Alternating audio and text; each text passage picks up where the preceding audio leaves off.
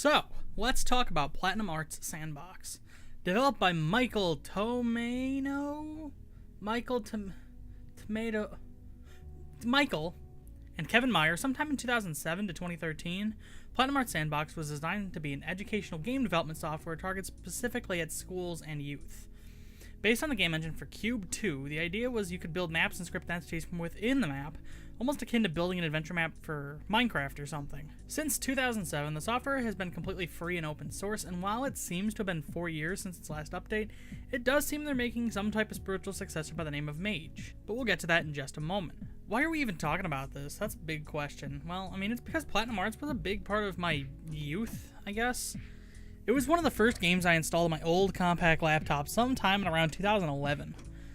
Prior to that, I didn't really have internet, so being able to download just a game whenever it looked interesting was a fun and unique experience at the time. The laptop wasn't that powerful, and while source games like TF2 and Portal would more or less bake my internals, this game ran quite alright. That said, I haven't played this since then, so a lot's likely changed. Inside the installed folder, you'll find a heck of a lot of batch files and EXEs for various parts of the engine. Why they couldn't just put this all into one EXE, I have no idea. So let's start with the launcher EXE and work our way down the list then, shall we? Because of the nature of having to open several EXEs or batch files, I'll be recording my entire monitor. So if you've ever wanted to read the script as I write it or catch a glimpse at Dallas's forehead, this is the video for you. I did eventually discover the game supports a windowed resolution, but you can't open the game windowed until you run it first, so just keep that in mind as you watch this footage. EXE loads up a basic Unity-style settings manipulator with 5 different maps to pick from, so I'm just gonna boop this first map ladder, and yeah, that's a ladder, all right.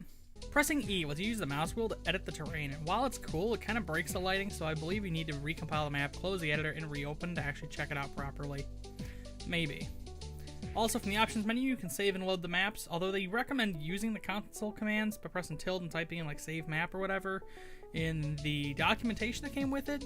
So I don't know if this save button doesn't work, or if I'm not supposed to use it, or if it could break things. I don't know. They don't make that clear. And hey, there's even a load map button from within the software, so that's that much more work for me to do. So let's just run real quick through the maps that come included. We've got 2 different platforming challenges, and I literally couldn't figure out how to make the jump on the first one, so I cheated with the editor's no-clip mode, and the second one's just a really long, boring, grueling slog across some platforms placed haphazardly in some lava and an incomplete mountain, so that's nice. Village is a pretty massive open map, and I'm honestly impressed, but it seems like the triggers don't work. Oh, what's this experimental chambers thing? Let's just, oh, it's Portal. And here's where I gave up on this map. I ain't gonna go through a giant maze. Also, falling just kills you. That's great. At it, I did go back to that map, and you get long fall boots in the next room, and then it ends. It just ends. So let's move on to the Deathmatch Maps real quick. There's not much to talk about, especially with weapons not spawning in. Deathmatch, Instagib, some domination mode, the first parkour map, and the actual Deathmatch maps themselves kind of remind me of some old Quake maps, or maybe the maps in Metroid Prime Hunters. They're okay, but they're not great. That's about it for the EXE, so let's just move on to the batch files then. So this giant click me to start file just kind of opens the EXE anyways, so okay, that's redundant. Vehicle simulator never worked. I opened it, I waited, I opened the flippin' task manager, nothing happened. Side scroller has a test level and a proper jungle stage, and it plays alright, but the camera's really fiddly. RPG has 4 different campaigns, including a tutorial one that seems bare bones, though actually utilizes the village map and all of its triggers better. There's this one called Master Chef Orgo, which the website for Platinum Arts heavily recommends, but what's here barely works. There's like 1 NPC. I wasn't going to download the finished version off their website, just Mystera is just doors. And then there's Rose Storm, which is weirdly nostalgic to see. I played this one the most. But it sucks. You can just summon a tornado to attack the horde of enemies, and then rocket jump to get around, and that's about it. You fight all these enemies, you fight one more guy, and then it just ends. You just die. Movie Cube kind of opens up the city environment, and I never figured out what to do, and then I fell off the map. So that's about it for Platinum Arts Sandbox. Or is it? See, there's a bunch more maps that aren't implemented, and yeah, textures are missing and triggers don't work in these, but it's weirdly fun to run around in this game engine. I don't know. It kind of reminds me of the likes of Worlds.com or Digital Space Traveler, though in single player. The music is very, very early internet days, like the 2003, 2004, 2005 Lemon Demon stuff.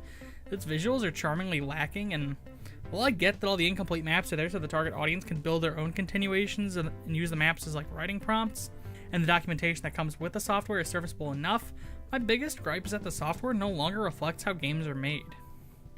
Engines like Unity or Unreal have either phased out or are phasing out binary space partitioning, BSPs, which are these great big blocks you extrude from the surfaces, in favor of having map designers actually just build chunks of the map in a modeling program and import them. That gives you much more flexibility and much more fidelity, and if an engine still features BSPs, they're used to block out prototypes, unless you're Hammer or Source. That's pretty much the only exception.